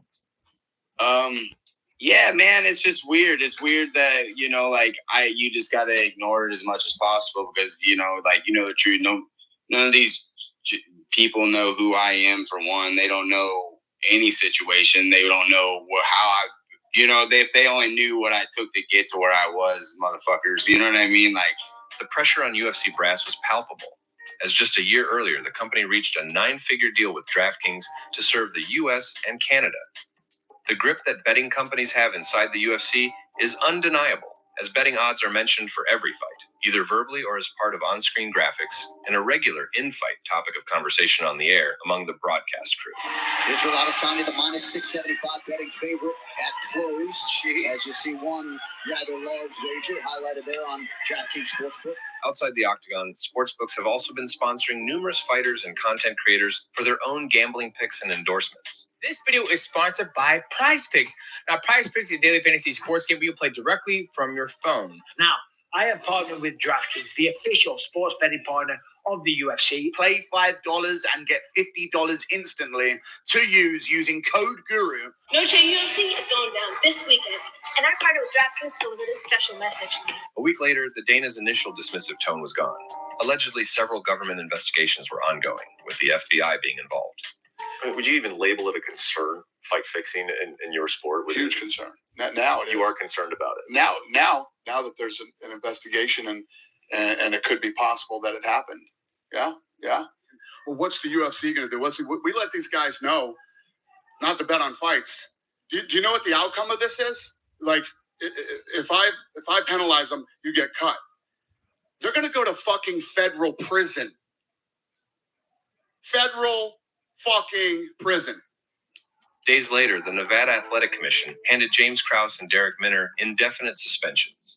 Curiously, the reason given was not regarding any gambling issues, but for failure to disclose an injury to the commission on his pre-fight questionnaire. I believe it's not a stretch to say this type of situation happens quite often in the fight business. TJ Dillashaw's fight against Aljamain Sterling was another clear example of a fighter getting inside the octagon heavily injured, while also not disclosing the information. I gotta apologize to the weight class. Kind of held it up. I completely blew my shoulder out at the end of April. As soon as I started getting ready for this, and probably dislocated a good 20 times throughout training camp. And looking at the co-main event, were you aware that TJ Dillashaw had that shoulder injury? Yeah, I have no idea. That's a problem. Yeah. How do you think the athletic commission could have missed that? Because you said it had been dislocating a lot throughout training camp. Yeah. Well, I mean, how could the athletic commission? Yeah, man. So the TJ Dillashaw fight, that was another one, right? So suppose if TJ, let's say, was to bet on himself or bet against himself, yeah, that would have looked really bad. So people will start to look at O'Malley with a raised eyebrow if he loses again. For sure. Yeah, that's very true, Jamal. Yep. No, if he doesn't tell us. You know what I mean? We got to tell us. Ironically, UFC vet Cub Swanson publicly stated he had prior knowledge of Dillashaw's shoulder injury. So who's to say Swanson or any other person? So that's what I'm saying, right? Cub knew that TJ Dillashaw had that problem going on. And that is a fair question. Who is to say that, maybe Cub Swanson didn't, put a few side bets in that. So who knows? Didn't place a bet on this fight with insider information. The reality is that most MMA fighters get inside the octagon with some kind of injury. That's true. Every fighter gets in there with some kind of injury, right? I mean, MMA is the most injury-prone type of fighting style there is, right? So, and tracking the leakage of information from gyms and training camps would be extremely difficult. And probably the most notable example, Michael Bisping fought numerous fights and even claimed the middleweight belt with only one functioning eye. How did you pass this test? With great difficulty. Lying, cheating. You know what? When Michael Bisping got eye tests, he would literally signal to his coach, like, hey, this is A, this is B. They would start throwing gang signs at each other, like to, basically indicate what is being asked of him in the test. So, yeah. Bullshit codes. I fucking lied to so many doctors. I couldn't quit. I had no choice. I had to still fight. Now life's great, but back then I'm still very much financially struggling. And yeah, all I had. Well, if you look at that, wow, that's gotten worse. Yeah, there's just nothing there. So the point here is not to list injured fighters not pulling out of their fights, but to show how the athletic commission enforces its rules selectively and at their own discretion. Derek Minner is guilty of the same violation Bisping, Dillashaw, and many others past and present fighters are guilty of. Going into fights injured is not much of a fighter's choice, then it is a design flaw on the health insurance side of the fight business. I think I only got COVID if I got injured in the fight. Yeah. I don't think even in that's actually an athletic condition. Not on training camp. Yeah, only in the fight. And then most injuries happen in training camp. Which sucks. Yeah, training camp is where the majority of injuries do happen, for sure. That's why most of us have all fought with injuries. That's like the dark truth of the matter. Is it like you'll tear your knee? I've torn meniscus, broken my hand. One time I had like a chip in my elbow for one of my title fights. Like I literally could not extend my arm, and it was like $15,000 surgery. I was like, oh well, fuck. Go ahead and schedule this fight for Tuesday. And then as soon as the fight was over with, I'm like, hey guys, my elbow doesn't feel right. That is 90% of every fighter who says he got hurt in the fight. Wow. So that is what they do to get covered by insurance as they go into a fight. Because when they go into a fight with an injury, they can say, oh, well, I got this going on and this and that, and they'll just toss it up to the game. He got hurt before the fight, but the way the rules work, he only gets paid if he got hurt in the fight. Wow. However, less than 2 months after that infamous fight, the Nevada Athletic Commission also suspended flyweight Jeff Molina indefinitely on December 26, 2022, citing that Molina was involved in some substantial. Yeah, Jeff Molina was also involved in some substantial involvement in the ongoing James Krause investigation case, according to Nolan King of USA Today Sports. So, way. 2 weeks later, Krause's situation got even worse, as information surfaced of his work as an agent for Costa Rica-based abcbetting.ag as early as 2019. Yeah, ABC betting AAG. We had talked about that earlier, which he was a part of. Anonymous sources said they placed bets through Krause and claimed he offered a line of credit and referral kickbacks for new clients. He allegedly took payments through Venmo and PayPal, making Krause guilty of violating the Wire Act, which prohibits anyone from knowingly transmitting wagering information across state lines. As the situation deepened, the UFC scrambled to fight against public's perception of the sport's integrity deterioration. On January 19th, 2 months after the start of the investigation, the UFC announced U.S. integrity. A debate, a bullet says, I really want the most interesting guy at the top. Haha. Tough skills matters as well. Yeah, right. You want a guy that is going to be very entertaining for the sport, that is going to be good for the sport, but at the same time will have the skills to back it up, because by the end of the day, fighting is a sport of competition, and we want the best guys out there, but at the same time, it's also entrenched with the world of entertainment, WWE, and even more so now that TKO is involved in that mix. Integrity as its official partner, as an overseer of gambling activity. Raw Dog says, I love when Ngannou fought with a bad knee, won, renegotiated with the UFC, left, and made millions in boxing, for sure. Debate Bullet says, cool telescope. Thank you, my man. Yeah, man, that right there was an epic moment for Francis Ngannou. That's definitely going to go down in history. But yeah, man, pray for Francis Ngannou right now and the victims of the accident that he went through, because that is some bad stuff going on right now, man. Real bad stuff for Francis and everyone involved. Although that partnership only lasted 1 year and ended in December 2023, this announcement was apparently enough to have the order restored, as gambling commissions started reinstating UFC betting on their books. With the UFC's public embarrassment coming to an end and their $1 million gambling deals safe, the biggest MMA scandal of recent years quietly disappeared from the news cycle. You made gambling illegal, so why are you penalizing these young fighters that don't have anything to do with that? And they're coming out of this camp. And you're also, what if the guy's innocent? Okay, what if it turns out, because there's an investigation, what if it turns out he's innocent? You've destroyed his livelihood.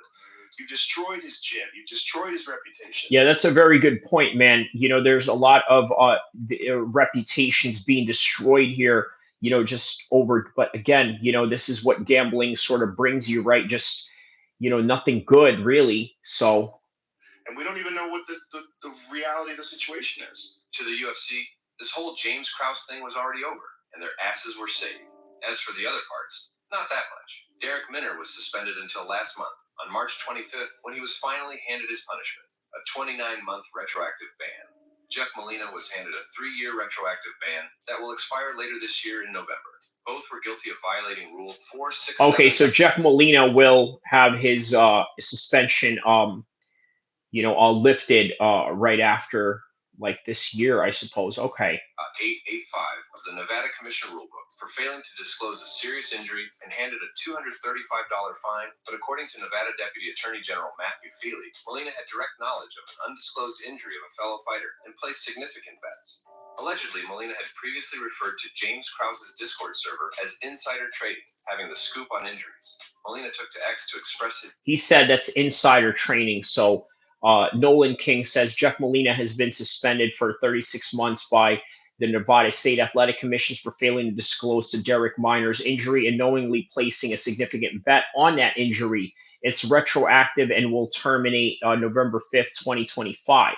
Okay, so Jeff Molina says, my words were twisted here. I wagered on the entire card. It's how I made extra money on the side when I wasn't fighting, and all I do is watch fights. I had wagers on both sides of the fight, and my significant bet was less than 500, and the only thing I'm guilty of was continuing. Okay.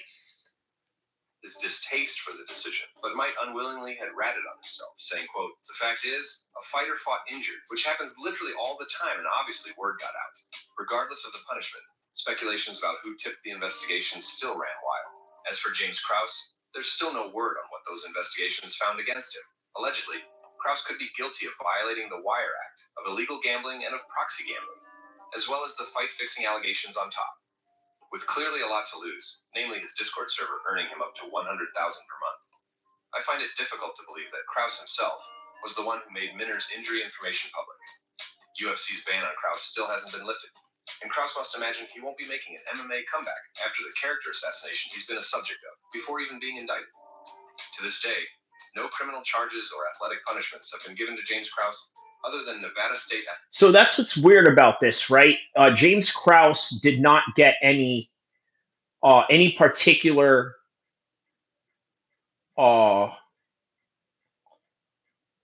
he didn't get any crimes thrown at him, right? He didn't get charged with any particular crimes, but he did get his business ruined.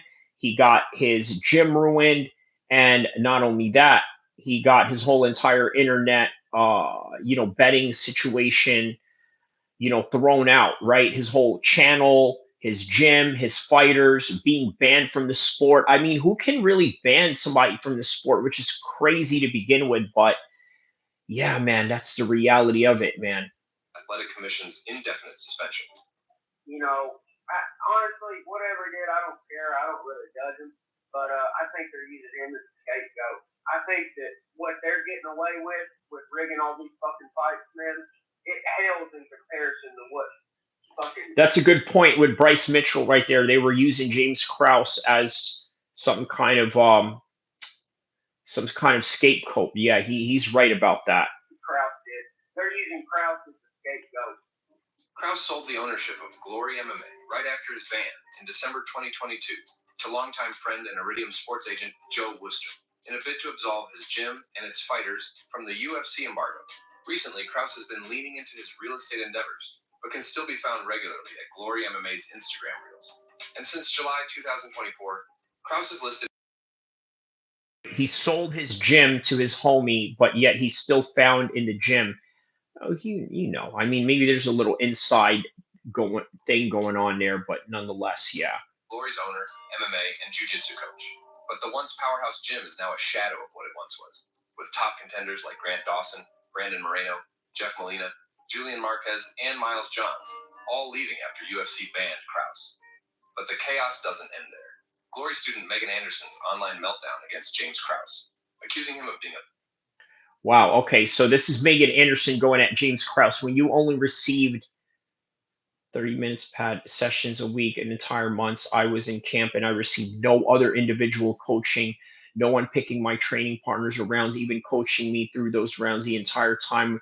And no matter how many times I asked to sit down and talk about a game plan, an excuse was always given for it and it never happened. Then it's not throwing them under the bus. It's just saying exactly what happened. I understand what Megan Anderson is trying to say here. This is kind of what happens when you're training at a gym where there is a lot of people. There's a lot of people that fight in the UFC, a lot of people that have important fights. It's just a little bit harder to get you prioritized over everyone else. That's just what I think is really going on here. Bad coach before her 2021 fight against WMMA GOAT Amanda Nunes prompted a heated defense from Jeff Molina. The back and forth would later end up in accusations of reporter Laura Sanko having an affair with the Glory head coach in an infamous, now deleted tweet. Wow, okay, how about this? Take a look at this right here. Duck Phillips says, imagine going to Glory MMA of all places for proper coaching and then sleeping with James Krause. Lord have mercy. And then Megan Anderson says, you should look at Sanko about that action. Woo! Okay. Letting some dirty laundry out the bag right there. Little in-gym problems they got going on there. In May 2023, former UFC flyweight title challenger Tim Elliott went public about his divorce from Gina Mazzani after she cheated on him with his training partner Kevin Kroom on their wedding day. I accused Gina of having something with Kevin Kroom before, and she always said no, and I didn't have any proof, so then I always felt bad about that. Well, then later this lady showed me hundreds of texts describing everything, and what I released is actually pretty light for what actually happened. And all three of them were also part of Glory MMA. Elliott would later sponsor Tony Soto on his bare-knuckle boxing fight against Kevin Kroom at BKFC 52. So yeah, Glory MMA became a dumpster fire. Or, as Grant Dawson puts it, turned into Tiger King. If Glory MMA and Fitness was a... Wow, he said that Glory MMA turned into Tiger King. If you guys know anything about Tiger King, yeah, one of the biggest stories during the pandemic, if you remember. TV show, and we threw in all of the things that have been going on there, you would say, oh, the ratings must be down, and they're just trying to make the show exciting again. There's no way all of this stuff is happening. This is real life. Glory MMA and Fitness is kind of the new Tiger King. As for the UFC, it's business as usual. Paddy Pimblett is held pretty steady as the betting favorite, albeit slightly against Michael Chandler. Who do you love? Go with the underdog. So I'm picking less than 99.5 significant strikes. Who do you love? Go with the underdog. So I'm picking less than 99.5 significant strikes. Code Timbo when you sign up. What up, guys? Welcome to another Blessed Breakdown brought to you by State. I like that. I like fun. Gambling's fun. Like if they outlawed all gambling on. But gambling is haram, and yeah. But anyways, to each its own choice. The UFC, I would be so upset. But as absence of evidence is not evidence of absence, the fact that betting scandals are not in front page news does not make them inexistent. In fact, the Minner Nurdenbeke fight was first flagged only because of the sudden line swings. So we can speculate that. So the sudden line switch is realistically what sort of got people, suspecting a little foul play going on here. What if gamblers learned from their mistake and started placing wagers more sparsely? Or what if there are other Discord groups catering private information to gamblers for a fee, but their owner didn't go live on Ariel Helwani's show to boast about their gains? And if James Krause really is guilty of being the underboss of a fight-fixing network of fighters and gamblers, why wasn't he ever charged with any crime? So if they can't find intent on James Krause,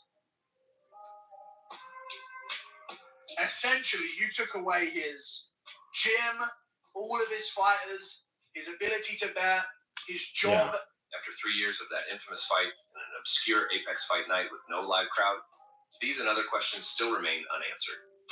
Thank you for watching. Well, there it is, man. So I hope you guys enjoyed that. This is the end of my live stream. I'm going to leave you guys with an audio that I had just recently did. Let me see here. Let me see what audio I can play to leave you guys off of with. Okay, so all right, I talked about Josh Taylor this weekend. If you guys are into boxing, I talked about Josh Taylor, his retirement plan, sort of like a Prince Nassim ending that he needs to do. Yeah, I need you guys to check this one out. This is going to be a very interesting video. Also, check out the other videos that I have going on right now, right? These are the new videos that I have out right now. John Jones faces racism by MMA Guru fans. Troll versus Duck by Chael Sonnen and Islam Makhachev going at it. And then the Prince Nassim plan of Josh Taylor's retirement. Okay, so I'm going to play that one for you right now. And yeah, we'll call it a night. So thank you, everyone, for tapping in. Please like and subscribe. I hope you guys enjoy the show. I'm going to leave it out with this audio right here. It's going to be on audio version. So I hope you guys enjoy it. And I will see you in the next one, inshallah.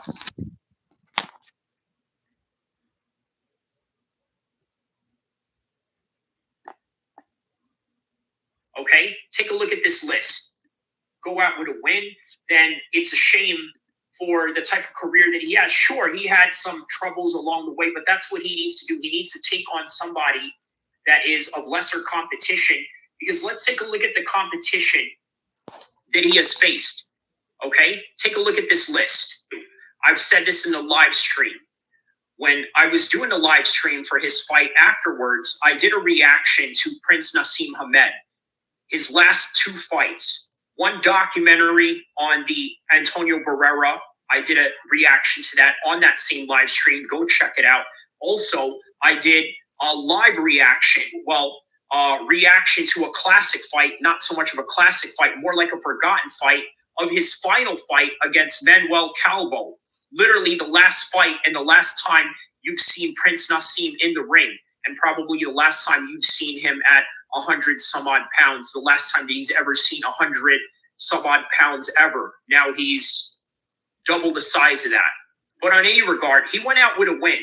That's what Josh Taylor needs to do. He needs to go out with a win. There's no doubt about that.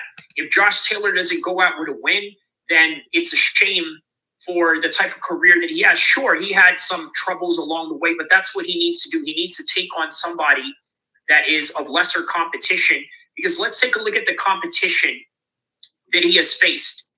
Okay? Take a look at this list. Teofimo Lopez, Jack Catterall, Ikao Uzaman, and I don't even know if I'm saying his name right, but that last part and that last loss, it's like as if that guy did not even belong in there with him, but he lost to him anyway. Or is it that he is just a shell of his old self? Or is it that the age is really starting to catch up to him right now? How old is Josh Taylor right now? 34. All right, that's understandable. But these is the lower weight classes, right? It's not like Randy Couture in his 40s. It's not like George Foreman in his 40s. It's not like Glover Teixeira in his 40s. And it's certainly not like Bernard Hopkins in his 50s still fighting in the top echelons of his division. This is not the way to do it. Not at that weight class. At that weight class, you don't get better with age. Not at all. But Prince Nassim understood that. He started very young. When he started very young, he ended very early as well, 28 years old. Imagine what would his 30s have looked like. Maybe he would have gone on to have an insane losing streak, because at that point, he made so much money that nothing ever really mattered at that point. Well, here's the thing with Josh Taylor. This is what he needs to do. Fight one more fight, give a good account of yourself, and get the heck up out of there and build better memories for yourself within that last fight. Let me tell you what I saw in that Prince Nassim fight against Manuel Calvo, right? Obviously, he didn't look pressured the way that he did against Barrera. And I remember listening to commentary. Remember, this is 2002, right? They were saying that, hey, you know what? Maybe you should just fight right here in Britain. There's a lot more comfortability for you here, this and that. Maybe that's true. Maybe there is a comfortability factor. Maybe it is just a stylistic factor. But on any regard, you can't go out like that. Not with 3 losses. All I got to say to Josh Taylor is go out on top, my man.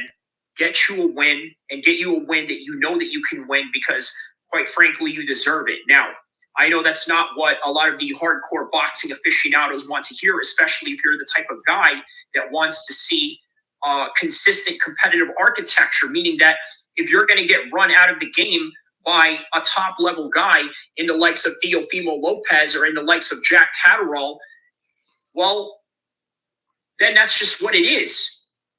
A lot of guys leave the game with their face down and their butt up, laid out, with the game chewing them in and spitting them out.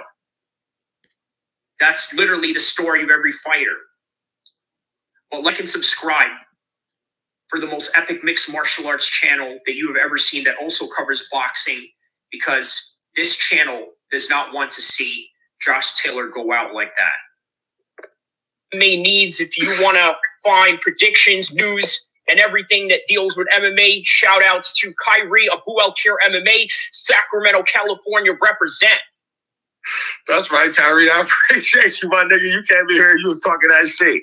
That's right, bro. Much love, fool. I appreciate you for always stepping in, bro. Be safe out there. Man, my nigga Kyrie, my man Kyrie came through. He started talking that shit. Hey, here's the thing. Here's the thing. That nigga will whoop your fucking ass.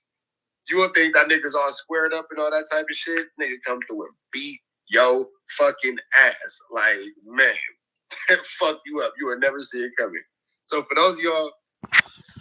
All right. So that right there, I believe, is the conclusion of the show. I want to thank everybody that has tapped into the chat.